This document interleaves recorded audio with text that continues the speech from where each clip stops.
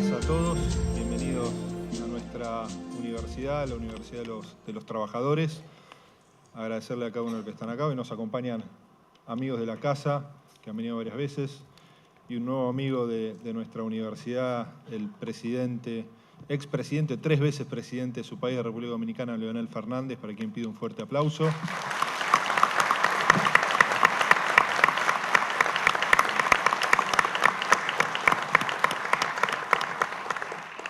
El vicecanciller de nuestro país, Eduardo Soaín, también, que ha venido varias veces.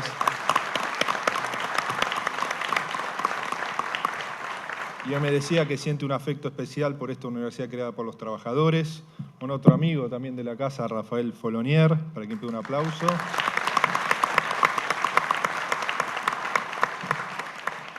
Y también el compañero de SADOP, secretario general de SADOP, Mario Almirón. Gracias, Mario.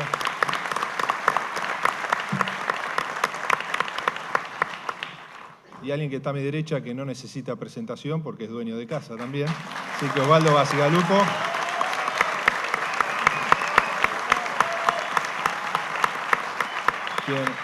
Quien nos va a dar la bienvenida a todos y especialmente a Leonel. Osvaldo. Bueno, buenas tardes a todos y a todas.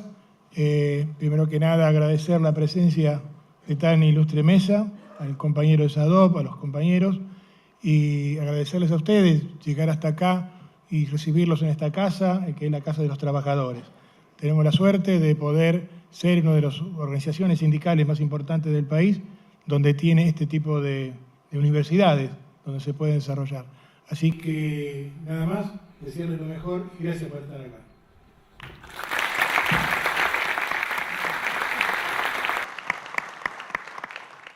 Bueno, como moderador de la mesa un poco y de este encuentro, el objetivo es incentivar, ¿no?, la discusión y el enorme desafío que tiene nuestra región, no solo Sudamérica, no solo la UNASUR, sino América Latina en su conjunto, ¿no?, en impulsar, ¿no?, esa profunda integración, ¿no?, y los enormes desafíos de esa agenda de integración que tenemos por delante. Como ustedes saben, nuestra universidad lleva en su ADN el desafío de la integración. No en vano esta universidad no solo fue inaugurada por la presidenta Kirchner el 16 de mayo del año pasado, sino también por el expresidente del Brasil, Lula da Silva, ¿no? Y creo que tanto el presidente Néstor Kirchner como Cristina, como Lula en Brasil, como Hugo Chávez, como Evo Morales, ¿no?, como el proceso del socialismo en Chile han llevado adelante esta profunda integración y estos años de bienestar y de crecimiento que está viviendo América Latina. Y parte del desafío que hoy conversábamos con Leonel de cara a la agenda a futuro. Por eso conformamos esta mesa no solo con representantes de los trabajadores, ¿no?, como son Osvaldo y son Mario, sino por actores cotidianos en el proceso de integración, ¿no?, de nuestro país, como es Eduardo y como es Rafael, ¿no?, y también sumar la perspectiva, ¿no?, de lo que es la CELAC y de un actor en lo que ha sido el proceso de integración de América Latina, ¿no?, y de acercar muchas veces las posiciones, ¿no?, y tratar de resolver los conflictos como ha sido Leonel Fernández. No solo en el dramático golpe de Estado que vivió Honduras, sino también en los procesos, ¿no?, que atravesó nuestro subcontinente, Sudamérica, ¿no?, en el conflicto que vivieron Ecuador, Venezuela y Colombia, donde Leonel fue un actor fundamental, ¿no?, a partir quizás de la dimensión humana, de acercar y de buscar soluciones a diferencias que parecían no encontrar ese camino. Así que un poco el objetivo de esta mesa es llevar adelante esa discusión, ¿no?, reconociendo en Leonel, como en dirigentes políticos de nuestro continente que mencioné anteriormente, ¿no?, un paladín del proceso de integración de Latinoamérica. Así que para abrir la mesa le vamos a pedir al compañero Mario Almirón, ¿no?, que haga uso de la palabra. Muchas gracias, Mario.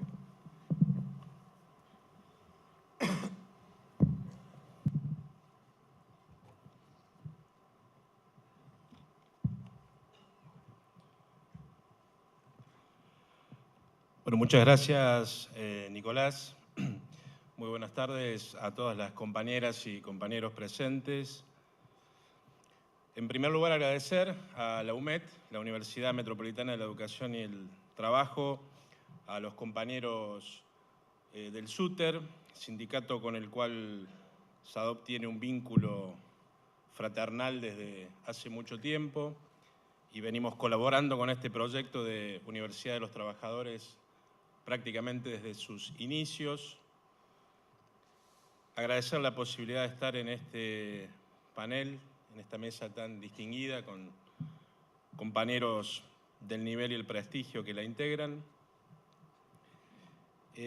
Decir desde dónde hablamos. Nosotros, además de representar aquí al Sindicato Argentino de los Docentes Privados, el SADOP, estamos también hablando en nombre de la Federación Latinoamericana de Trabajadores de la Educación y la Cultura, FLATEC, que es una entidad que nuclea a 31 sindicatos docentes, trabajadores de la cultura de Sudamérica, Centroamérica y el Caribe, que representa a unos 350.000 trabajadores de nuestra América y que, bueno, venimos de una discusión, un debate en La Habana, este año en nuestro comité ejecutivo, y de alguna manera ratificando uno de los valores y principios históricos de la FLATEC, como es la defensa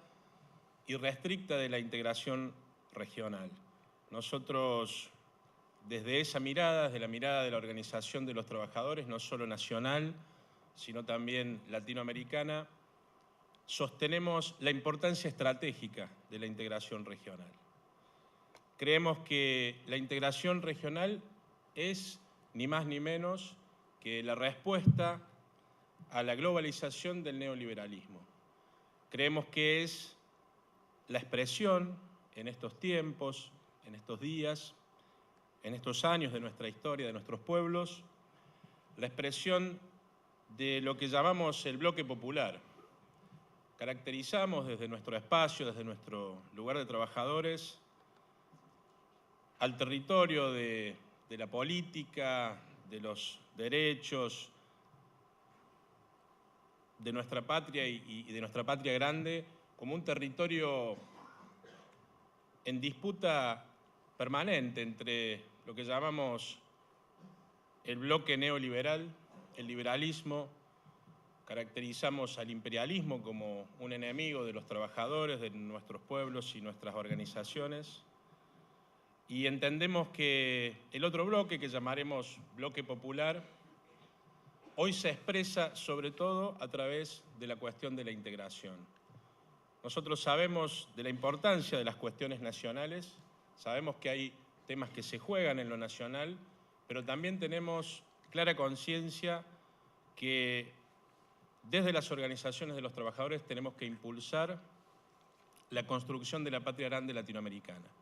No tenemos posibilidad de ser plenamente soberanos, de ejercer plenamente la soberanía, de crecer en un proyecto no de sumisión al norte imperial, no de culto al dinero, no mercadocéntrico, sino centrado en el trabajo, en las personas, en sus derechos, sino es a partir de la integración regional. Creemos que los últimos años,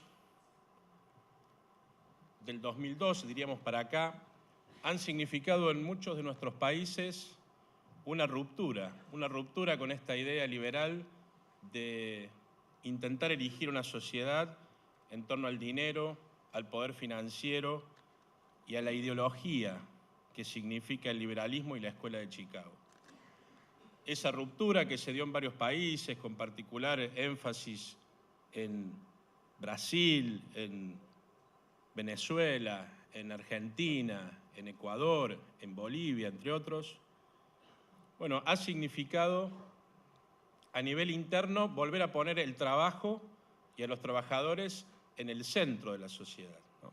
Es muy importante que nuestros modelos de desarrollo como países soberanos y autónomos, además de estar mirando a la región y a la integración, al Mercosur, a la UNASUR, a la CELAC, además sean modelos de desarrollo económico que estén centrados en el trabajo, porque eso supone una cultura, supone una ética y se opone a la cultura de la especulación, a la cultura de lo financiero, a la cultura de hacer del mercado el centro de todo.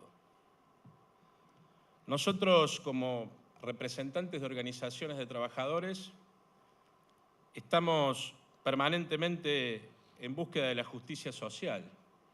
Y cuando hablamos de esta ruptura, que en varios de nuestros países se dieron en los últimos años con las políticas neoliberales, también estamos hablando de esta política de integración que tuvo para nosotros un hito fundamental allá en noviembre de 2005 con el no al ALCA, cuando nosotros claramente le dijimos, como región, como países soberanos, que no estábamos dispuestos a entrar en un mercado global en donde dejábamos de ser naciones y patrias soberanas y autónomas y pasábamos a ser simplemente estados dependientes. Nosotros creemos que el trabajo no es una mercancía, no está en el mercado. Nosotros creemos que el trabajo es clave para vertebrar cualquier política social de inclusión. Y nosotros creemos en un trabajo, como lo ha dicho nuestro ministro aquí en Argentina, Carlos Tomada, que no es cualquier empleo, sino que es un trabajo digno, que es un trabajo decente, que es el trabajo que se presta en condiciones sanas y seguras, con una retribución adecuada, con negociación colectiva, con paritarias, con posibilidades, en definitiva, de mejorar los niveles de protección a los trabajadores en todo el territorio de la patria. Y ese sentido del trabajo, el trabajo como un derecho humano, el trabajo para todos, no simplemente un empleo en cualquier condición, es posible y ha sido posible en nuestro país y en otros países de la región a partir de políticas que rompieron con el bloque liberal, a partir de políticas autocentradas y a partir de esta experiencia para nosotros invalorable de la integración regional. Nosotros creemos en particular que tanto la CELAC como la UNASUR son genuinos resultantes de esta época política que vive Latinoamérica, que es una época política histórica, que soñaron algunos de nuestros próceres, pero que nosotros estamos viendo concretarse, ¿no? A veces uno escucha que se habla de la integración regional como si fuera una utopía, como si fuera un mero proyecto, como si tuviéramos que construir lo que no está. Y la realidad es que se está construyendo, la realidad es que lo vivimos todos los días. Antes de venir para acá, escuchábamos las noticias que nos daban cuenta de cómo avanza la participación de la UNASUR en los distintos ámbitos en donde se discute y acuerda la política internacional. Creo que, como todo territorio político, es un territorio en disputa, decía antes. Es absolutamente cierto que este proceso de integración tiene enemigos en el poder imperial, tiene enemigos en el liberalismo conservador, en el capitalismo financiero, tiene enemigos en aquellos que siempre han generado un antiproyecto a nuestro proyecto de justicia social.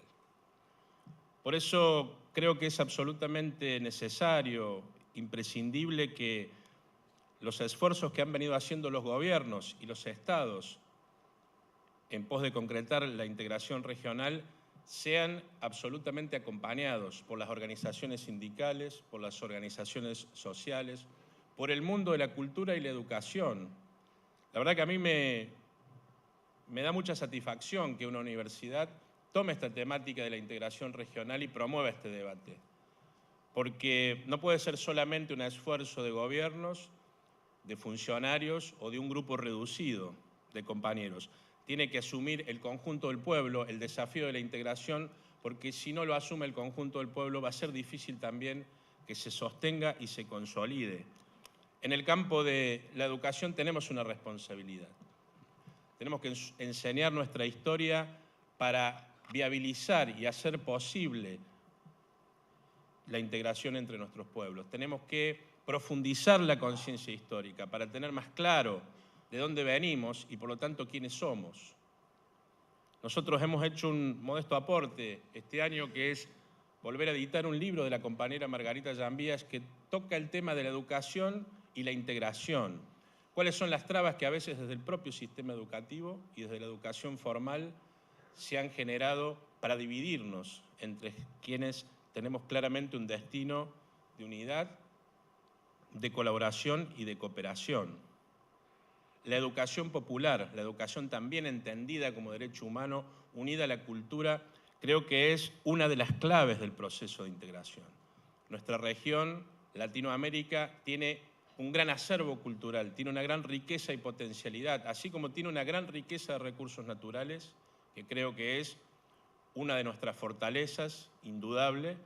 Tiene también una gran riqueza cultural y los trabajadores de la educación y la cultura tenemos una responsabilidad que tenemos que asumir, que es, de alguna manera, aportar claves, elementos y hacer ver los esfuerzos que han significado la construcción de lo que hoy estamos teniendo como realidad en estos espacios de integración, estos espacios autocentrados. En definitiva, se trata de alguna manera de mejorar todavía más la relación de fuerzas. Tenemos que lograr que este bloque popular, este bloque latinoamericano se consolide, se profundice, porque eso significará avanzar más, cada vez más en la integración, consolidar valores de igualdad, de solidaridad, de cooperación y de independencia. Cuando uno ve hoy la disputa que dan aún, con aliados en nuestro propio territorio, los llamados fondos buitres, el capitalismo financiero, no tiene que tener ninguna duda que el pueblo tiene que estar cada vez más organizado, cada vez más movilizado y concientizado para defender sus propios intereses y para consolidar esta construcción de la integración latinoamericana es absolutamente central para el futuro. Creo que más allá de los roles que nosotros podamos desempeñar como trabajadores en el campo específico de la cultura y la educación, donde hay mucho para hacer, sin dudas, para fomentar la integración, también hay un rol hacia el movimiento obrero. Nos parece y estamos convencidos que el conjunto de las organizaciones sindicales y sus centrales tienen que avanzar más decididamente, con más voluntad política en este objetivo. No alcanza con la solidaridad solo dentro de las fronteras de nuestra patria. Hay que extender la solidaridad más allá de nuestras fronteras. Hay que construir los instrumentos para poder protagonizar también estos procesos de integración. Nosotros, como SADOP y FLATEC, militamos por la creación de una central latinoamericana de trabajadores. Y no lo hacemos simplemente con la idea de generar un instrumento más, porque hay muchos instrumentos ya para la expresión de los trabajadores. Lo hacemos convencidos de que los trabajadores debemos ser sujetos protagonistas de los procesos de integración. Acompañar y apoyar aquellas políticas progresistas de los gobiernos de nuestros países que van en dirección a la justicia social. Generar ese instrumento y no un sindicalismo manejado desde el norte europeo, desde los Estados Unidos de Norteamérica, que pretende unificar en torno al liberalismo como valor político, pero también al liberalismo como valor económico. Nosotros estamos convencidos que estos nuevos tiempos que han soplado en los últimos 10 años, diríamos así, en nuestros países, también de alguna manera requieren una nueva actitud y un nuevo movimiento obrero que esté a la altura de esas circunstancias. Durante los 90, en la etapa del neoliberalismo en nuestro país particularmente, nosotros tuvimos toda una práctica de resistencia y de oposición que estaba justificada porque iban por nuestros derechos, por la flexibilización laboral, por la destrucción del empleo, por el empeoramiento de las condiciones de trabajo, por las privatizaciones y la destrucción del patrimonio público. Y en esa actitud, un conjunto de gremios que militamos en el entonces MTA, resistimos esas políticas. Pero esas políticas liberales, esas políticas conservadoras, cambiaron desde el 2003 para acá. Cambiaron por una política de distribución, y no solo de distribución de recursos económicos, sino también de distribución de bienes sociales y culturales. Se avanzó mucho en el campo de la cultura y la educación en nuestro país en los últimos años. Y esta política de distribución no nos puede encontrar confundidos a los dirigentes sindicales, resistiendo toda iniciativa del gobierno, cuestionando permanentemente iniciativas que son claramente populares, porque haciendo eso, compañeras y compañeros, no hacemos otra cosa que ser funcionales a la derecha. Nosotros tenemos nuestra agenda gremial reivindicativa, claramente la tenemos, que va desde lo salarial hasta las condiciones de trabajo. Pero también tenemos un posicionamiento político, y el posicionamiento político es de claro apoyo a este proceso que ha significado en los últimos años mayores niveles de soberanía, de justicia social, de igualdad y de justicia de oportunidades para todos. Sabemos que falta mucho, pero también sabemos que vamos a lograr eso que falta si profundizamos la direccionalidad de ese cambio. Si avanzamos en más integración, si avanzamos en más ruptura con las políticas liberales y si, en definitiva, construimos entre todos más poder popular. Estamos dispuestos a participar, a militar esta tarea, lo hacemos permanentemente. Creemos que la cuestión de la integración regional tiene que ser parte central de la agenda sindical. No lo vemos como un tema más aislado o desconectado de lo que nos pasa a nivel nacional. Nos pasa a nivel nacional lo que le pasa a Latinoamérica, y le pasa a Latinoamérica en buena medida lo que le pasa al mundo. Porque esta disputa entre el capitalismo financiero y el bloque popular que trabaja por la justicia social es una disputa que uno ve en Europa y en distintos lugares del mundo. Y hay que tener, creo, clara conciencia de la oportunidad histórica que tenemos. El Martín Fierro dice: la ocasión es como el hierro, hay que machacar en caliente. Estamos ante una oportunidad histórica, tenemos que militarla con convicción, con voluntad, aportando lo que falta, pero defendiendo para que nunca tengamos menos de lo que hemos conseguido en materia de derechos, de justicia social y de integración, que nosotros estamos convencidos que ha sido realmente formidable. Muchas gracias.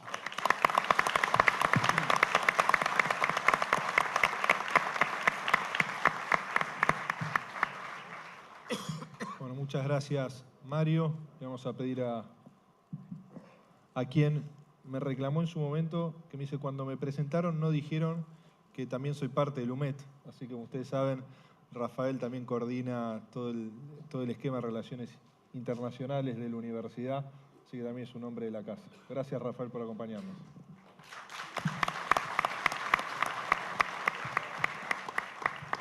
Es la única manera de tener algo que ver con una universidad para un tipo que no terminó el secundario. Gracias. Gracias a los compañeros por ponerme en este nivel.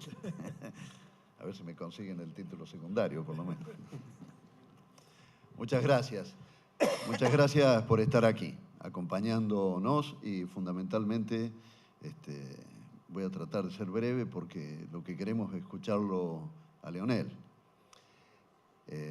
Leonel, estás en un lugar importante para nosotros, tan importante que lo inauguró nuestra presidenta y Lula. Creemos, nadie se ha quejado cuando nosotros decimos esto, creemos que es la primera universidad latinoamericana propiedad de los trabajadores. Estás en ese lugar.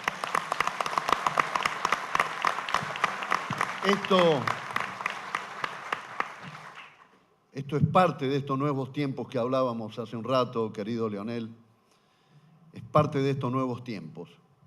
Como es parte de estos nuevos tiempos la reunión que hay aquí cerquita, en Brasilia, de los BRICS, de Brasil, Rusia, India, China y Sudáfrica, que son, fijémonos, el 40 y pico % de la población del mundo y casi un cuarto de las riquezas del mundo, pero están reunidos además con la CELAC y con la UNASUR, con lo cual estos organismos que representan a todo esto, a nosotros mismos, representan más de la mitad del mundo. Esto está ocurriendo en estas tierras latinoamericanas, suramericanas, de la América nuestra, como decía Martí. Estos son los tiempos. Y este hombre que tenemos aquí hoy es un hombre de estos tiempos. Mírenlo, tan joven que es y ya fue 3 veces presidente. Kirchner me decía, hay que pedirle la receta a Leonel. Hay que pedírsela para ver cómo se hace para estar tanto tiempo. Además, es altamente probable que alguna vez nos visite nuevamente como presidente, otra vez, de la Dominicana. Sería para nosotros un gusto que lo hiciera, Leonel. Pero bueno, esto es lo que pasa y comentábamos alrededor del rol de estos organismos y particularmente de la CELAC y la UNASUR también, pero de la CELAC, porque es la que lo incluye a Leonel, a él y a su país. En la CELAC yo tuve la enorme suerte de verlo trabajar junto a Lula, junto a Chávez, a Kirchner y muchos otros, a Leonel. Él, a criterio de Néstor, era el que tendría que tener el rol de juntar a todos los demás en el espacio centroamericano y del Caribe. Yo creo que ese rol él ya lo ha jugado en parte. Lo que le estamos pidiendo es que siga haciendo un esfuerzo para hacerlo, porque no es fácil. Es más fácil coordinar, juntar, hablar de la unidad en el espacio suramericano, pero en el espacio que incluye a Centroamérica y el Caribe es sumamente más complejo. Vaya si lo sabe Leonel. Pero gracias a él se lograron muchas cosas para poder crear la CELAC. Él es uno de los padres de la comunidad de estados latinoamericanos y del Caribe. Así que estamos agradecidos contigo y con tu pueblo, Leonel, por este trabajo, porque somos fanáticos de la integración, absolutamente fanáticos. Creemos que no tenemos ningún destino sin unidad suramericana y latinoamericana. No hay destino posible. Y tú lo entendiste bien y has hecho todo esto que te estamos agradeciendo. Quizás por eso también estás aquí hoy. Yo quería leer algo, a ver si lo reconoces. Es muy cortito, pero quizás lo reconozcas. Podríamos decir, dijo alguien, sin ánimo de exagerar, que estamos viviendo un momento en que la política parece subordinada a los mercados y los mercados, a su vez, están incidiendo en la inestabilidad política de los gobiernos, provocando lo que hoy podríamos llamar golpes de mercado. Frente a esa situación, que en efecto la política aparece como rehén de los mercados y las agencias calificadoras de riesgo tienen tanto poder que hasta pueden descalificar la economía más poderosa del mundo, que son los Estados Unidos. Bueno, ahora va a ser China en cualquier momento. Significa que en realidad estamos en un momento en que debemos reaccionar frente a esta situación. Frente a esta situación de incertidumbre, frente a esta situación de desaceleración del crecimiento de la economía mundial, nosotros creemos que no ha habido momento más oportuno en la historia reciente para que surja esta entidad de Comunidad de Estados de América Latina y el Caribe. Leonel Fernández, Caracas, 2011.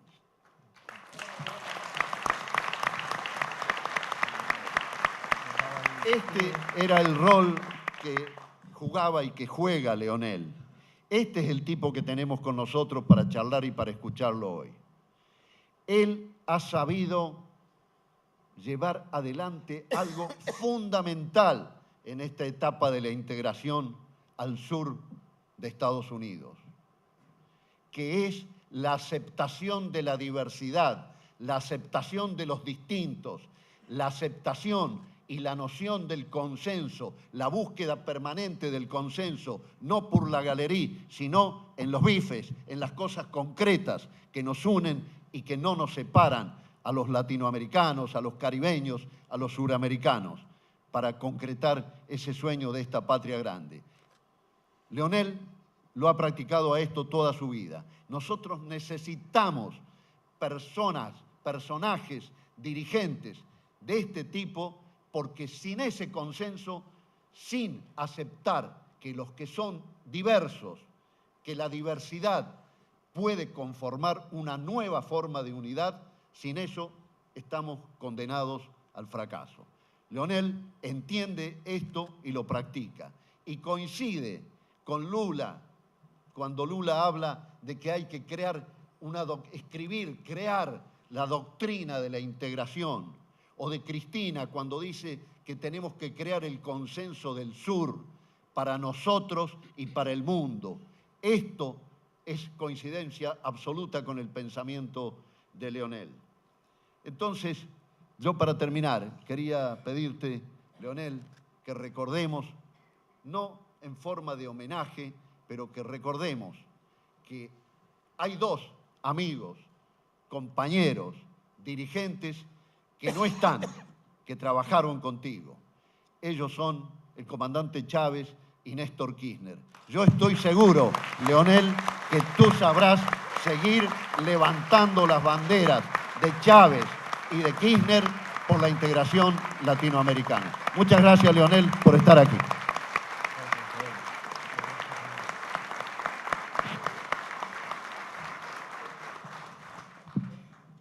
Bueno, muchas gracias, Rafael. Le vamos a pedir también al vicecanciller Eduardo Suaín, que cada expositor notable que nos ha acompañado, siempre también él está aquí dándonos su punto de vista, como lo hizo hace un mes y medio, 2 meses, cuando vino el secretario general de UNASUR, Ari Rodríguez. Así que nuevamente, Eduardo, como en tu casa, como siempre. Gracias, Nicolás. Es para mí un verdadero honor, un privilegio compartir este panel, verdaderamente. Y quiero pasar, para empezar, un aviso parroquial. Me gusta mucho estar en esta universidad porque es la Universidad de los Trabajadores. Ustedes saben que en la Cancillería estamos en un proceso de cambio profundo de lo que tiene que ser nuestra diplomacia, de lo que tiene que ser el diseño de la política exterior argentina. Y quisiera invitarlos, aprovechando que hay acá alumnos, que empiecen a pensar la posibilidad de integrar el servicio exterior. Sería para nosotros un gran logro desde el punto de vista político y social que un alumno de esta universidad se convierta algún día en un diplomático argentino. Así que bueno, ese es el aviso que quiero pasar. Estaba hablando con Nicolás y quisiera verdaderamente que lo empiecen a pensar y acá tienen todo nuestro apoyo y nuestra ayuda para eso. Y quería decirles muy pocas palabras. Hablar de la integración para mí significa hablar también de una batalla cultural que hemos ganado, una batalla cultural, un valor que hemos impuesto. Yo vengo de una generación que a nosotros se nos educó en la dictadura, que nosotros los argentinos éramos europeos en el exilio, que de pura casualidad estábamos en América Latina, pero que no teníamos nada que ver con América Latina.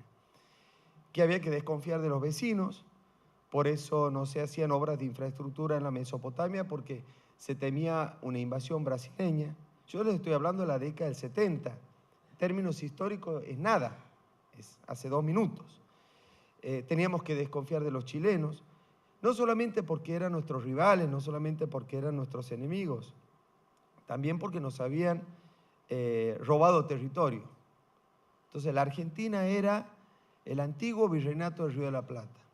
Y el objetivo de la extrema derecha era, teníamos que reconquistar esas tierras. Todos los vecinos nos habían sacado algo. Y fíjense hoy, pocas décadas después, estamos hablando de la integración como si nada. Un valor natural que forma parte no solamente de la política exterior de nuestros países, sino también de nuestra sociedad. Lo escuchábamos, compañero Mario Almirón.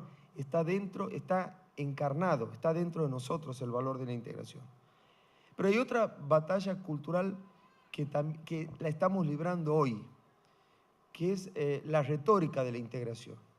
Yo creo que nosotros tenemos que plantearnos una estrategia, y acá me voy a inspirar en lo que dijo el presidente Leonel Fernández. Yo siempre a los expresidentes le digo presidente, nunca dejan de serlo. De que nos tenemos que dar una estrategia para una integración real, concreta. Y esa es la batalla que hoy estamos librando. Hemos construido UNASUR.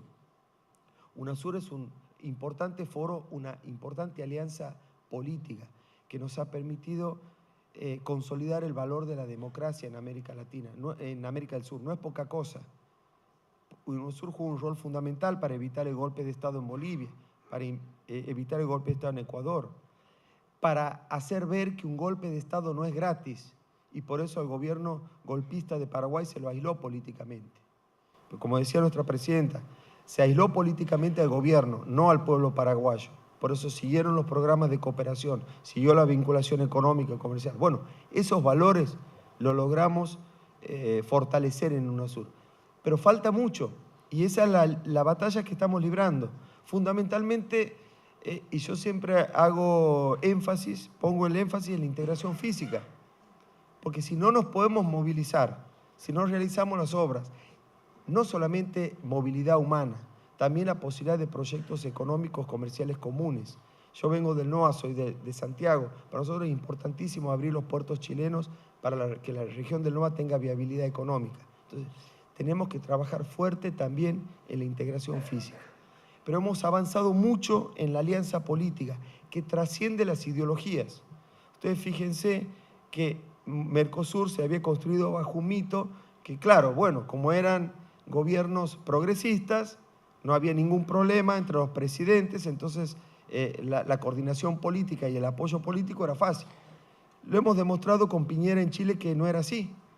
Con un gobierno de centro-derecha hemos logrado una excelente coordinación y hemos ido fortaleciendo estos valores. Fíjense también cómo hemos avanzado, que en la última asamblea de la OEA, donde Argentina está librando esta batalla desigual contra los fondos buitres, hemos escuchado los discursos y las posiciones de países. El Caribe apoyando a la Argentina con los fondos buitres. O sea, hemos avanzado, pero todavía nos falta. CELAC es otro punto importante, y acá, para terminar, quería agradecer al presidente Fernández, porque jugó un rol decisivo en la constitución de CELAC. ¿Por qué es importante? ¿Es un foro político más? No. Es un foro para que los diplomáticos, los presidentes vayamos a protagonizar cócteles y lindos discursos. No. Se trata de integrar también al Caribe. El Caribe anglófono y francófono reportaban a sus ex capitales, ex metrópolis coloniales. Con la CELAC hemos logrado integrarlos al foro latinoamericano, al ámbito latinoamericano. Y ahí el presidente Fernández jugó un rol decisivo. Logramos integrar a Cuba, ganando esa batalla también. Cuba vivía el aislamiento político. Hemos logrado integrarla en un foro como es la CELAC, donde todos hablamos de igual a igual. Y quería, por último, agradecerle al presidente Fernández, que para mí también, como decía, es un honor compartir este panel, porque nos ha ayudado mucho en el tema Malvinas, en que la causa Malvinas se haga carne también en el Caribe. Y el presidente Fernández ha sido uno de nuestros mejores abogados para llevar este mensaje argentino en el Caribe.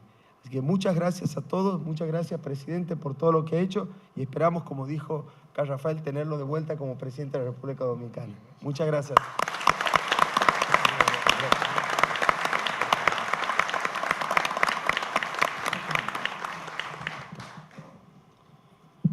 Bueno, presidente Fernández, muchas gracias. Antes de darle la palabra, agradecer a su equipo, a Marco y a todos los que lo acompañaron. Y para nosotros, a partir de la visita de usted hoy, se nos abre también una agenda de cooperación que es muy importante, y esperamos poder, entre su fundación, con todo el trabajo que hacen no solo en la cultura, sino también en la educación, con nuestra universidad y con la Fundación Octubre, poder también ser una herramienta de fortalecimiento y unión de nuestros pueblos.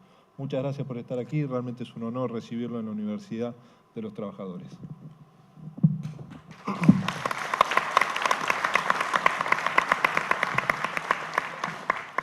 Muchas gracias, Nicolás, por tan gentil invitación para participar con ustedes aquí en el día de hoy.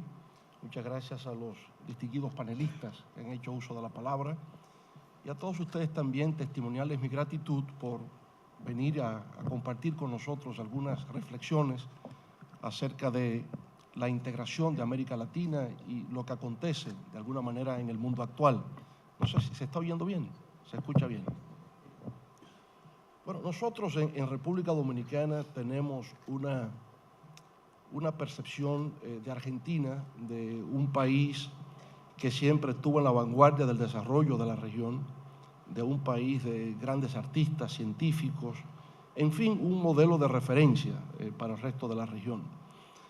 Allá tenemos grato recuerdo todavía de cuando llegó el general Juan Domingo Perón, exiliado, porque de Argentina fue a República Dominicana. Y todavía me encuentro con personas que recuerdan perfectamente su presencia en nuestro país.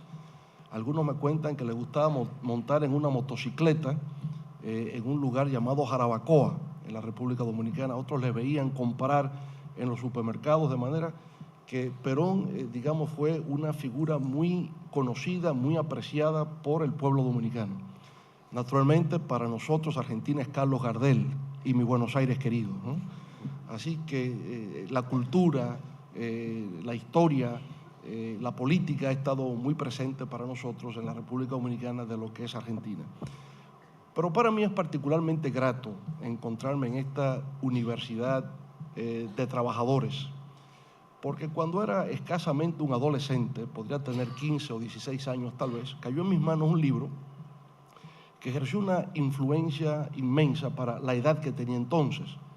Hoy día lo veo como un tratado muy simple, pero permitió crear esquemas de pensamiento. Era un libro titulado Introducción a la Filosofía, de un autor francés llamado Georges Politzer, que estoy seguro algunos de ustedes conocen bien, sobre todo los que son de mi generación. Y el libro me llamó la atención, me cautivó, porque era la recopilación de unas conferencias que Politzer había dado en la Universidad para Obreros de París.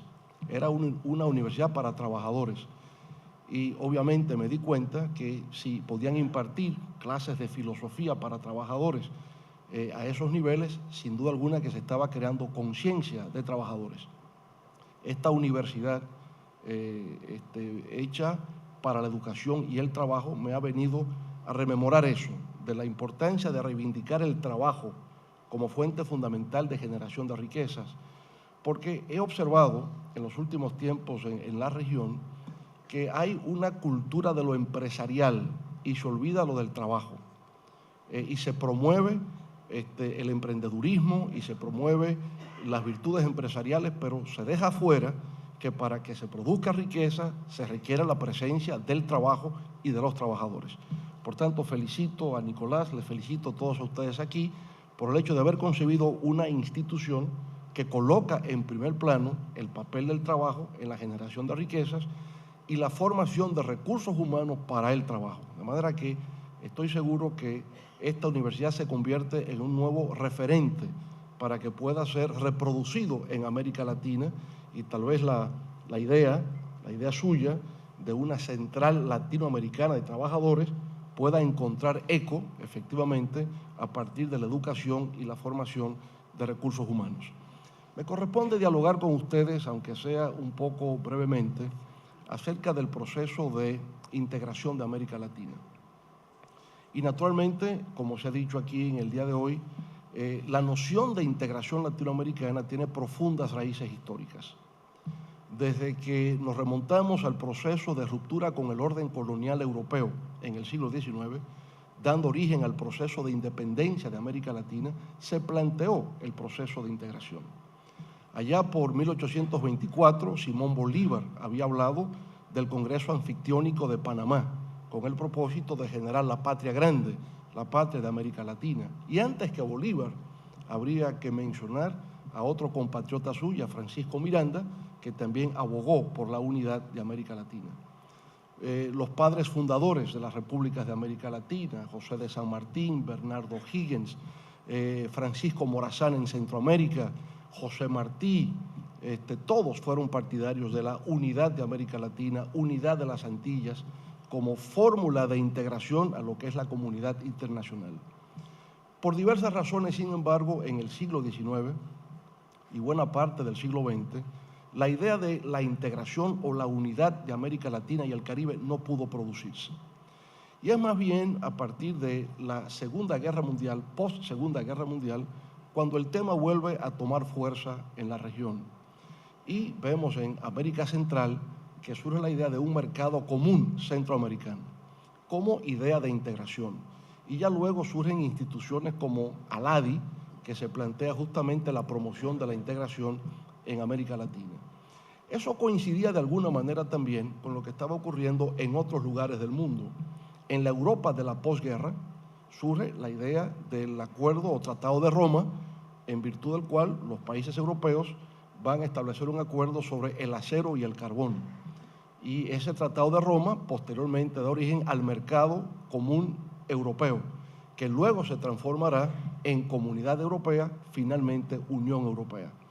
Pero igual ocurre, por ejemplo, en África. Hay proyectos de integración que terminan con la Unión Africana. O hay proyectos de integración del mundo árabe que terminan en la Liga Árabe.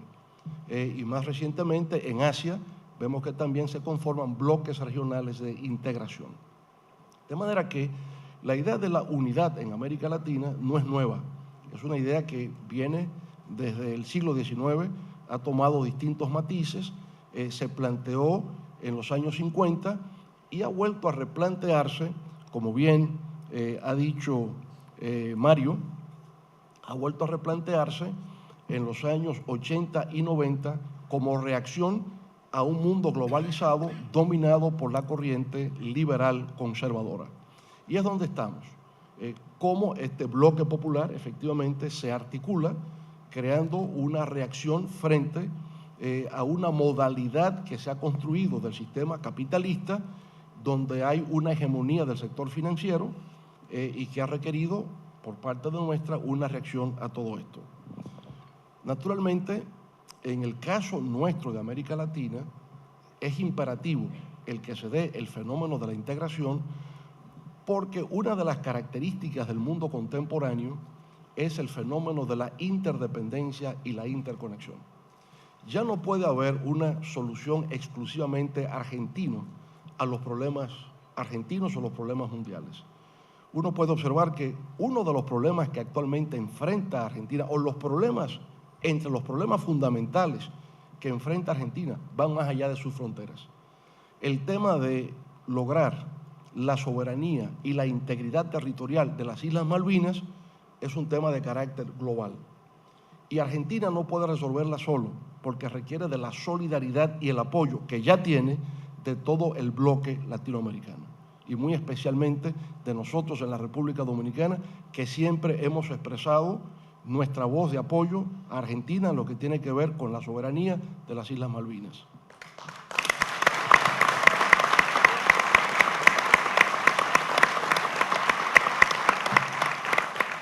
Pero si vemos el segundo problema que hoy día enfrenta Argentina, al cual ustedes se han referido con mucha claridad en el día de hoy, el tema de los fondos buitres, ese no es un tema que está en el marco territorial de Argentina, va más allá de sus fronteras. Es un tema que tiene que ver de la relación de un Estado-nación como es Argentina con el capital financiero internacional. Con el agravante que no habíamos prestado atención, porque lo estamos aprendiendo en República Dominicana y se está aprendiendo en toda América Latina, el que cuando surjan conflictos entre el Estado-nación y ese capital financiero, fruto de una transacción que se haya hecho, los contratos que se suscriben tienen una cláusula que establece como jurisdicción el arbitraje que ocurre fuera de la jurisdicción nacional. Y lo que hemos observado como tendencia dominante es que ningún país jamás gana un arbitraje. Cuando usted acepta la cláusula de arbitraje en el contrato, sepa que va a perder cualquier conflicto que pueda surgir. Por consiguiente, lo que estamos aprendiendo es tener cuidado, ser más cautelosos y en la redacción de esos contratos dejar claro que en caso de conflictos la jurisdicción que corresponde es la del Estado-nación, porque si eso se hubiese establecido que correspondía a los tribunales de Argentina resolver cualquier contencioso, la decisión no habría sido la que tomó el juez norteamericano, porque ese respondió a los intereses del capital financiero a lo cual corresponde su país. De manera que estoy diciendo que hoy día los Estados-nación tienen que prepararse para entender que muchos de sus problemas tienen un carácter global y tienen una jurisdicción que va más allá del territorio nacional. Y ya no habrá manera de poder enfrentar con éxito esos problemas si no somos parte de una integración y de un mecanismo de solidaridad internacional.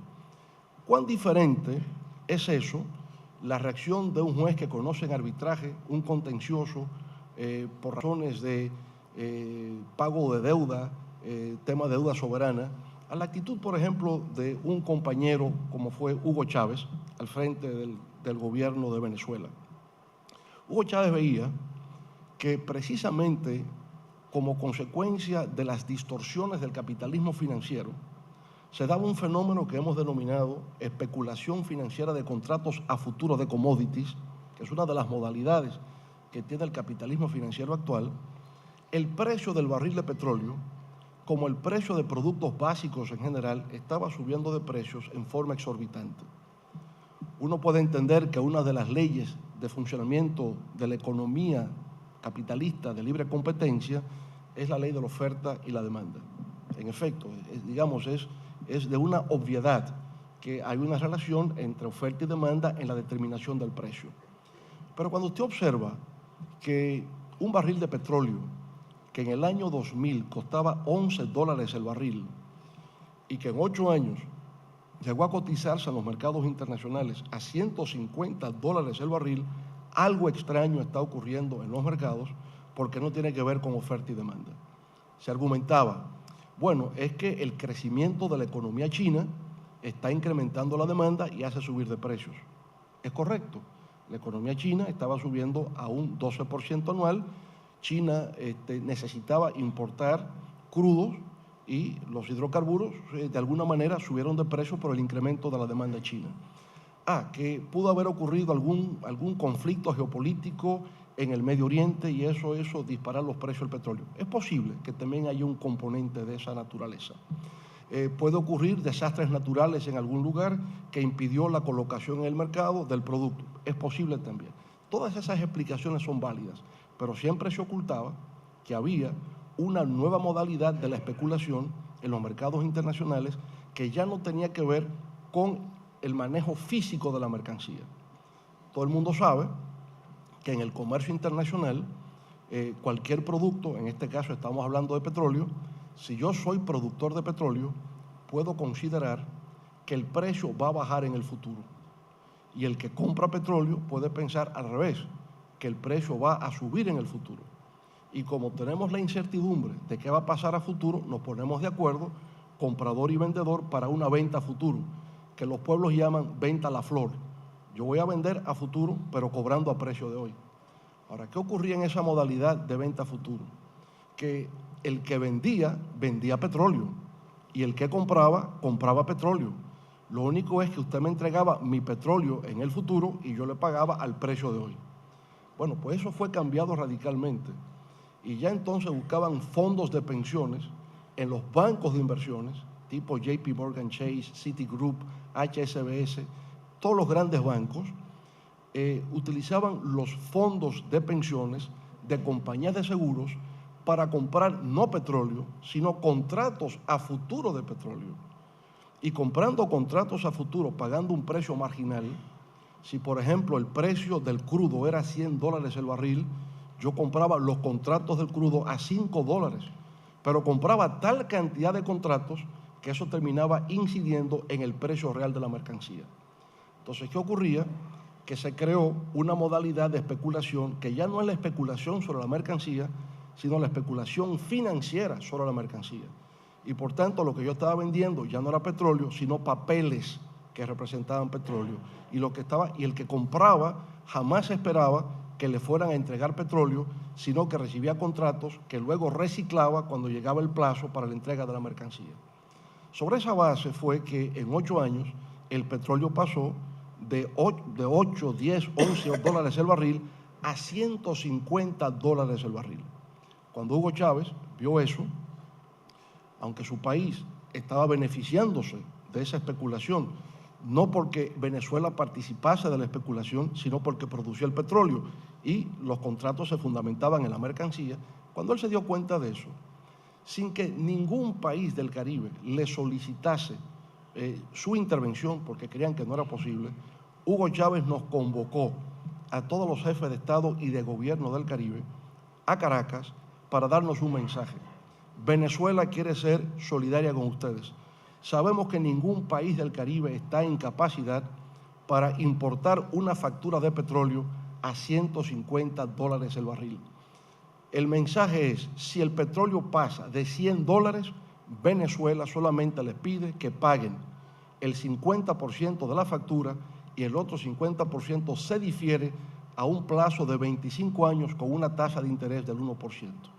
Eso es lo que se llama ser solidario en el mundo de hoy. Eso es lo que se llama integración en el mundo de hoy. Esa es unidad latinoamericanista en el día de hoy. Hugo Chávez no podía regalarnos el petróleo de Venezuela, ni nosotros podíamos admitir que nos regalasen el petróleo.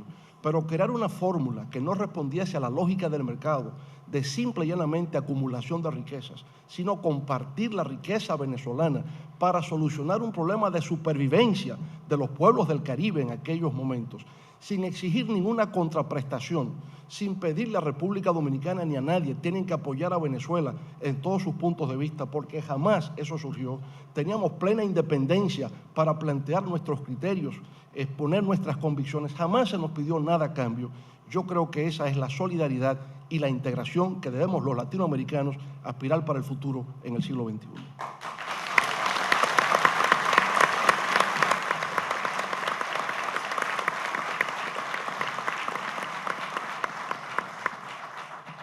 En América Latina, el tema de la integración pasa por varias modalidades de integración subregional, que se complica, se hace un poco difuso todo aquello. Por ejemplo, en el Caribe es una región particularmente compleja, porque, como muy bien explicó nuestro gran pensador social y político dominicano Juan Bosch, en un libro formidable que les recomiendo, donde se puede estudiar la historia del Caribe y comprenderla, de Cristóbal Colón a Fidel Castro, El Caribe, frontera imperial. En este texto, él demuestra cómo las luchas de los imperios europeos se reflejaban en el Caribe. Y por consiguiente, el Caribe moderno de hoy día es la expresión de esas luchas imperiales. Y tenemos en el Caribe, por consiguiente, un Caribe hispanoparlante, que es Cuba, Puerto Rico y República Dominicana. Tenemos un Caribe francófono, donde está Haití, vecino de República Dominicana, Guadalupe, Martinica, la Guyana Francesa. Tenemos un Caribe anglófono, donde está Jamaica, Trinidad y Tobago, Barbados, Antigua Barbuda, etc. Y tenemos un Caribe holandés, Aruba, Curazao, que son todavía dependencias de ultramar de Holanda, imperio que también en conflicto con España, con Inglaterra, con Francia, reflejaba eso en el dominio territorial que se daba en el Caribe. Entonces, en el Caribe moderno tenemos una institución que nos recoge a todos, pero muy especialmente al Caribe angloparlante, que se llama CARICOM, que es Comunidad del Caribe. Pero por razones de tamaño de economías, CARICOM decidió que Cuba y República Dominicana no podían ser parte de CARICOM porque nos veían muy grandes, unas economías muy grandes. Entonces se decidió crear CARIFORUM, que es CARICOM más Cuba y República Dominicana. Pero el Caribe también puede entenderse no solamente como las islas del Caribe, sino todo lo que baña el mar Caribe, que desemboca en el Atlántico. Y por tanto serían parte del Caribe el Yucatán de México, la parte de Quintana Roo, sería parte del Caribe toda Centroamérica, con la excepción de El Salvador, pero se arrastra por el resto porque El Salvador da al Pacífico, no da al Caribe. Sería parte del Caribe también la costa caribeña de Venezuela y de Colombia, lugares como Barranquilla y Cartagena de Indias serían parte del Caribe, la cuenca del Caribe. Bueno, ahí se forma entonces la Asociación de Estados del Caribe. Con lo cual quiero decir que estos 22 países serían parte al mismo tiempo de CARICOM, de CARIFORUM y Asociación de Estados del Caribe. Hay una multiplicación de instituciones que dificulta realmente una verdadera integración. Hace falta mejor comprensión y mayor intercambio entre los distintos países del Caribe, que actualmente hay prácticamente un desconocimiento. Si nosotros queremos ir desde República Dominicana a Jamaica, que nos queda a 1 hora de vuelo, primero hay que subir a Miami y de Miami bajar a Jamaica. Entonces hay que desarrollar mayores vínculos para la mayor integración entre los propios países caribeños. Pero ahí tenemos a Centroamérica, que hemos dicho que también es parte del Caribe, de la cuenca del Caribe. Pero Centroamérica tiene otro esquema de integración, que es el Sistema de Integración de Centroamérica, o SICA. República Dominicana ya también es parte de SICA y hacemos causa común y una integración de SICA con México, que es otro mecanismo de participación que se da en esa subregión. Y luego está en América del Sur, ya ustedes han logrado lo que considero que es un gran éxito de Unión de Naciones del Sur, UNASUR, pero hay también subdivisiones porque estaba el Pacto Andino, ¿verdad?, que son los países andinos fundamentalmente que no han desaparecido del todo como subregión, y entonces el gran reto es cómo convertimos a UNASUR, al Pacto Andino, a SICA, Asociación de Estados del Caribe, a CARICOM, a CARIFORUM, en lo que es la CELAC. Ese es el gran desafío de hoy día. A mí me parece que hay que respetar las subdivisiones regionales, porque por razones de proximidad geográfica, compartir fronteras, elementos en común y por razones históricas, son instituciones que tienen ya un largo trajinar, dejarlas que subsistan. O sea, no hay por qué desmantelar a CARIFORUM porque exista CELAC. Ya hay una cierta identidad entre los países caribeños, pues perfecto, que SICA sigue existiendo. Ahora, todo eso puede ser parte, todo se engloba dentro de la sombrilla mayor que sería CELAC, como una comunidad de estados de América Latina. Yo siento que desde que se planteó la disolución del Grupo de Río, que como todos sabemos fue el fruto a su vez del Grupo de Contadora, que se creó cuando la crisis de Centroamérica, resolviéndose fuera de la OEA, el Grupo de Contadora más Panamá, ¿verdad?, terminó siendo finalmente el Grupo de Río, que era un mecanismo de concertación y diálogo político que dio enormes resultados en la solución de los conflictos de la región. Grupo de Río se disuelve y da origen a la CELAC. Y ha habido una gran ilusión, hay una gran esperanza en toda la región de América Latina con respecto a cuál será el fruto que nos brindará la CELAC. Y eso empieza primero por entender en el siglo XXI qué sentido práctico tiene la integración. Más allá de la retórica, más allá del sentimiento latinoamericanista, ¿cuáles resultados prácticos, tangibles, conmensurables puede dar el ser parte de una integración regional? Y creo que conceptualmente eso va abriéndose paso. Hoy sabemos que la integración no es solo política comercial. La idea de integración empezó como política comercial. Fíjense que fue la comunidad centroamericana, la comunidad de mercado centroamericano. Veo que aquí, al surgir Mercosur como mercado del sur, se vio como una unión aduanera, un mercado común o un sistema de libre comercio. Y está bien. Yo creo que se puede pensar en la dimensión comercial como una forma de integración.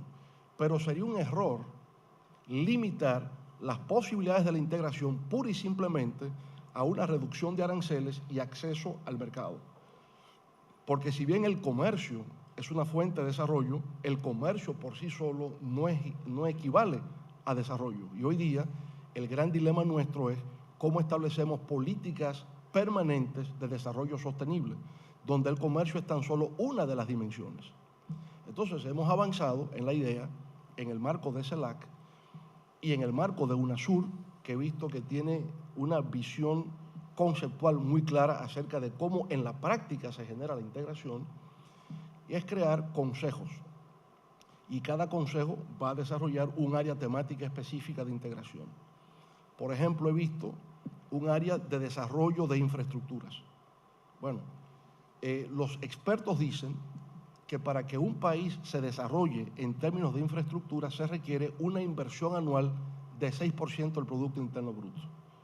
Yo no creo que hay país en América Latina que pueda destinar el 6% de su Producto Interno Bruto cada año al desarrollo de infraestructuras. Los recursos tienen que llegar de algún lado para que eso sea posible y poder desarrollarlos al ritmo, por ejemplo, que está teniendo Asia, donde el desarrollo de infraestructuras ha sido impresionante. Nosotros necesitamos tener un desarrollo económico convergente con el mundo asiático para dar un salto hacia el desarrollo. Pero eso requiere de infraestructuras, carreteras, plantas eléctricas, hospitales, escuelas, universidades. Todo esto se requiere para que el país pueda avanzar, puertos marítimos, aeropuertos, en fin. Bueno, hoy día uno va viendo cómo eso va surgiendo. En algunos países, los que conozco, por ejemplo en Brasil, surgió el BNDES, es un Banco Nacional de Desarrollo que apoya al empresariado brasileño para exportación de productos brasileños. Y las empresas brasileñas, en República Dominicana, por ejemplo, está Odebrecht. Y Odebrecht, con financiamiento de un banco brasileño, realiza proyectos de infraestructuras en República Dominicana. He visto que en Colombia, por igual, hay una institución nacional que financia los productos y las empresas colombianas en el exterior. Está la Corporación Andina de Fomento, que empezó siendo una corporación financiera de los países andinos y se ha extendido, ¿verdad?, a toda América Latina, y que el año pasado tuvo una inversión de 20.000 millones de dólares. Entonces, ya no tenemos que esperar que sea el BID, ya existe una entidad en la región que puede financiar los proyectos. Existe el Banco de Desarrollo del Caribe, el Banco de Desarrollo de Centroamérica para la integración. O sea, van naciendo instituciones financieras latinoamericanas que operan con una lógica diferente a la que opera el BID y el Banco Mundial, que tienen que esperar la certificación del Fondo Monetario Internacional y las condicionalidades del fondo para ver si nos facilitan los créditos. Y la tragedia de los gobiernos es que cuando se llega y se solicita un crédito al BID o al Banco Mundial, el crédito sale cuando el gobierno está terminando. Y eso ya a un gobierno le sirve de poco, porque los tiempos de aprobación de los créditos son interminables. Pero ahora, más recientemente, el Banco del Sur, el Banco de los países BRICS, que van a aportar 100.000 millones de dólares, un fondo de 100.000 millones de dólares para ser invertidos en los países BRICS, y el Banco del Sur para ser invertidos en proyectos de América Latina. Entonces va cobrando sentido la integración, porque estamos hablando de integración financiera. Los recursos van apareciendo entre nosotros mismos para ser invertidos en proyectos de América Latina. Tenemos entonces infraestructuras, tenemos finanzas, integración energética, construcción de plantas, energías renovables que se van realizando en la propia región y colocándose en los mercados locales. Una cosa que es muy importante, que es el intercambio educativo, cultural, científico, tecnológico de América Latina. De manera que crearemos una red de intercambio de estudiantes, de docentes, de investigadores, aprendiendo unos de otros y desarrollando la cultura de registro de patentes que todavía no tenemos en América Latina, porque el mundo de hoy es el mundo del conocimiento y el desarrollo está sujeto al registro de patentes, que es la expresión de la investigación, el desarrollo y la innovación que tiene que producirse. Y yo espero, Nicolás, que en efecto aquí esta universidad pueda, como comentamos esta mañana, este centro de tecnología e innovación que ustedes tienen, pueda hacer que trabajadores e hijos de trabajadores de Argentina puedan hacer su aporte con el registro de patentes que se obtienen a través de la investigación, el desarrollo y la innovación. Entonces, es un mundo nuevo que se está abriendo para América Latina, que es una integración comercial, es financiera, es una integración energética, es educativa, es cultural, es científica, es de desarrollo de infraestructuras, como nunca antes se había pensado, se había concebido y que pueda ser realizable, pueda ser algo tangible. Dicho esto, sin embargo, debo decir que veo en estos momentos con mayor fortaleza institucional a UNASUR. Yo siento que UNASUR ha ido creando un tejido institucional que es muy operativo. Tiene una Secretaría General que funciona en Quito, Ecuador, hay un secretario general que atiende en el día a día y existen estos consejos de ministros en cada uno de los temas que hemos mencionado. Me parece que a CELAC le hace falta esa institucionalidad. Hasta ahora se reduce a una troika de países que tienen un encuentro de jefes de Estado y de gobierno, se hace una declaración y mi temor es que no hay seguimiento a la ejecución de lo que se establece en esas declaraciones. Y eso corre el riesgo de que la ilusión que CELAC ha creado, la esperanza que ha sembrado, termine en frustración porque no se traduzca en hechos tangibles. Mi sugerencia humilde sería que CELAC trasplante, extrapole la institucionalidad que tiene UNASUR y aplique eso entonces a escala de los 34 países de la región. Lo que se hace a nivel de 12, que son los 12 de América del Sur, se extienda a Centroamérica, a México y al Caribe, porque efectivamente lo único que estamos haciendo es extendiendo la magnitud de las ideas, de los proyectos, de las iniciativas que se han planteado a nivel de UNASUR. Y eso entonces me lleva a ver la otra dimensión en la que CELAC debería participar, que va más allá de la integración regional para ser una voz en el ámbito global. Porque entiendo que por la interdependencia y la interconexión de todo lo que existe, necesitamos una institución que nos represente, que sea un interlocutor válido a nivel de los temas globales y de las relaciones de carácter interregional. Veo, por ejemplo, con mucha simpatía el que se esté dando una reunión entre CELAC y los BRICS. Me parece que es formidable. Eso es lo que tiene que hacer CELAC. Que hay una comisión para tratar CELAC y China. La relación de China con América Latina lo maneja CELAC, a pesar de que pueda haber agendas bilaterales, pero a todos nos representa CELAC. Una relación entre CELAC y la Federación Rusa, perfecto. Entre CELAC y Unión Africana, entre CELAC y Liga Árabe. CELAC debe ser el interlocutor natural que represente a América Latina y el Caribe en todos los vínculos de carácter interregional. Pero lo mismo en lo que tiene que ver con los temas globales. Cuando se trata, por ejemplo, de hablar del tema de cambio climático, ¿quién nos representa? Nadie. A nosotros nos provoca mucho orgullo e inmensa satisfacción el ver que hay 3 grandes hermanos países de América Latina, Argentina, Brasil y México, que forman parte del G20, que es el club élite de la economía mundial. Qué bueno que hoy se tome en cuenta a 3 países nuestros que tienen un Producto Interno Bruto por encima de $1 trillón. Por vez primera, en la historia de la región, podemos contar con países que tengan un PIB por encima del $1 trillón. Pero bueno, eso que motivo de orgullo, motivo de una inmensa satisfacción, sin embargo nos lleva a una reflexión. Cuando Argentina, Brasil y México acuden al G20 a hablar con Estados Unidos, a hablar con China, a hablar con Rusia, a hablar con la India, a hablar con los grandes de la economía mundial, ¿realmente están hablando por América Latina? ¿Están hablando por el Caribe? No, se está haciendo a nivel individual. Y yo creo que eso es así porque no nos hemos puesto de acuerdo y no hemos hecho conciencia todavía de que México, Brasil y Argentina, actuando mancomunadamente, representan una fuerza mayor que si hablan individualmente. Y nos estarían representando a todos. Pero ese tema de la representación ante el G20 es algo que puede resolverse en el marco de CELAC, en una discusión franca, abierta, donde le damos el mandato a estos hermanos países para que nos represente a todos. Cuando hablamos de cambio climático, ¿quién nos representa? Cada quien individualmente. ¿Cómo resolvemos el problema de la ronda de Doha, que ha paralizado el comercio internacional? Y que si no lo resolvemos, ya sabemos las amenazas y los riesgos que estamos teniendo, porque Estados Unidos sigue avanzando en su esquema de integración comercial global. Tiene el tratado transatlántico que está discutiendo con Europa.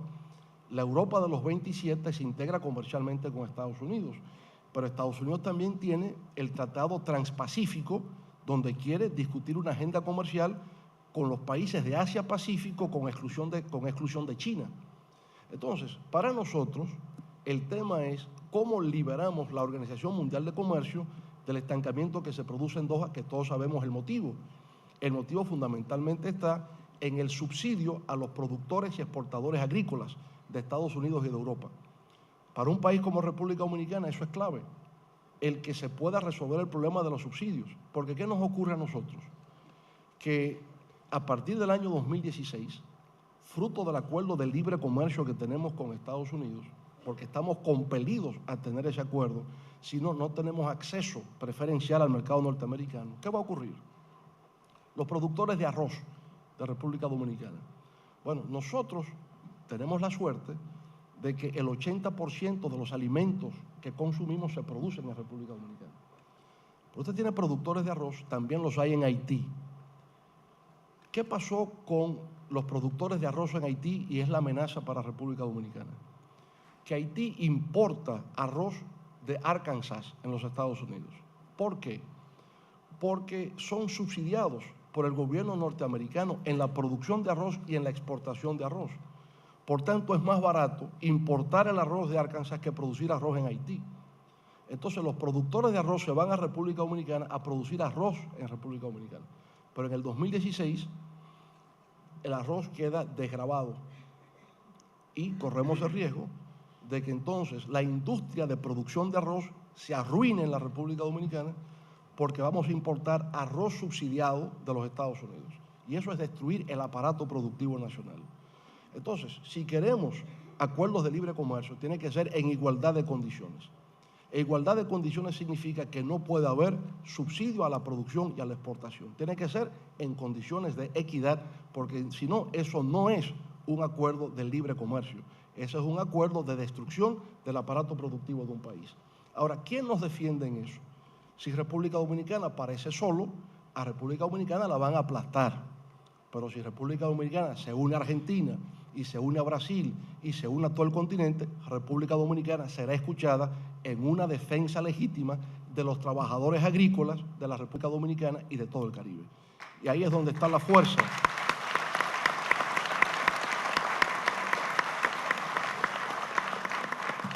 de una institución como esta.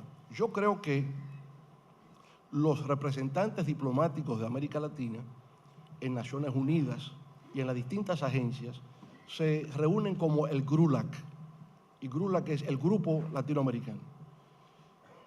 Alguien diría, puede ser solo un cambio de nombre, pasar de GRULAC a CELAC, pero yo diría es más que un cambio de nombre, porque al pasar de GRULAC a CELAC nos da una identidad, la identidad latinoamericana que va a tener una agenda para abordar los temas globales. Y yo diría, para no agotarles más de lo indebido aquí, no agotar la benevolencia que han tenido ustedes para conmigo aquí hoy escuchándome tan pacientemente, pero yo diría que el tema fundamental donde CELAC puede hacer un aporte tiene que ver con el tema de la gobernanza global. Con lo cual quiero decir lo siguiente, el orden mundial que hoy existe, que es un orden injusto, pero también un orden mundial obsoleto, es el orden que se construye post-Segunda Guerra Mundial. El Consejo de Seguridad de Naciones Unidas es un órgano que no está en capacidad para resolver absolutamente nada, porque quienes están en el Consejo de Seguridad fueron las potencias victoriosas de la Segunda Guerra Mundial. Entonces, hoy día el mundo ha cambiado, el mundo ha emergido, pero sin embargo el mundo moderno, el mundo de la globalización, de la interdependencia, de la interconexión, no es un mundo que está representado institucionalmente. El mundo institucionalmente a nivel de Naciones Unidas y de todos los órganos existentes es precisamente el de la post-Segunda Guerra Mundial. Yo siempre me he preguntado por qué razón en el siglo XXI el presidente del Banco Mundial tiene que ser norteamericano. No se admite un presidente del Banco Mundial que no sea norteamericano. ¿Y por qué el director general del Fondo Monetario Internacional tiene que ser europeo? Incluso un francés entra en un escándalo terrible de faldas y entonces mandan a otra francesa a sustituirlo a él. ¿Y por qué, si son los países de África, los países de Asia, los países de América Latina que sufren las consecuencias de las políticas de ajuste estructural del Fondo Monetario Internacional, no puede haber un africano, un latinoamericano o un asiático que sea director general del Fondo Monetario Internacional? Eso es incomprensible en el siglo XXI. Los acuerdos de Bretton Woods tienen que ser replanteados en el día de hoy y tienen que ser replanteados para que haya una gobernanza global que sea más justa, que responda más a los intereses de los pueblos y que pueda regular un conjunto de acciones que se ponen en ejecución en el plano global y que están afectando el bienestar de nuestros pueblos. En un mundo global se requiere un nuevo orden global y yo creo que los trabajadores, instituciones progresistas como estas, pueden contribuir a ese cambio inevitable que tiene que producirse en la gobernanza global y siento que CELAC está destinado a jugar un rol protagónico en ese cambio. Pero primero tenemos que crear el tejido institucional de CELAC.